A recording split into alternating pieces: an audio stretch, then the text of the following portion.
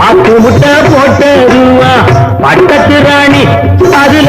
18 பேரு 18 பேருக்கும் வயசு 26 மொத்தம் 26 சின்ன குட்டிகளின் மேலாணை புது சட்டிகளின் மேலாணை இது வள்ளுவனி நேற்றில் உண்டு பரம்பரை பாட்டில் உண்டு கதையில்ல மகராசி ஆட்டுக்குட்டி முட்டையிட்டு கோழிக்குட்டி வந்ததுன்னு யானை குஞ்சி சொல்ல கேட்டு பூனை குஞ்சி சொன்னதுண்டு கதையில்ல சாமி இப்போ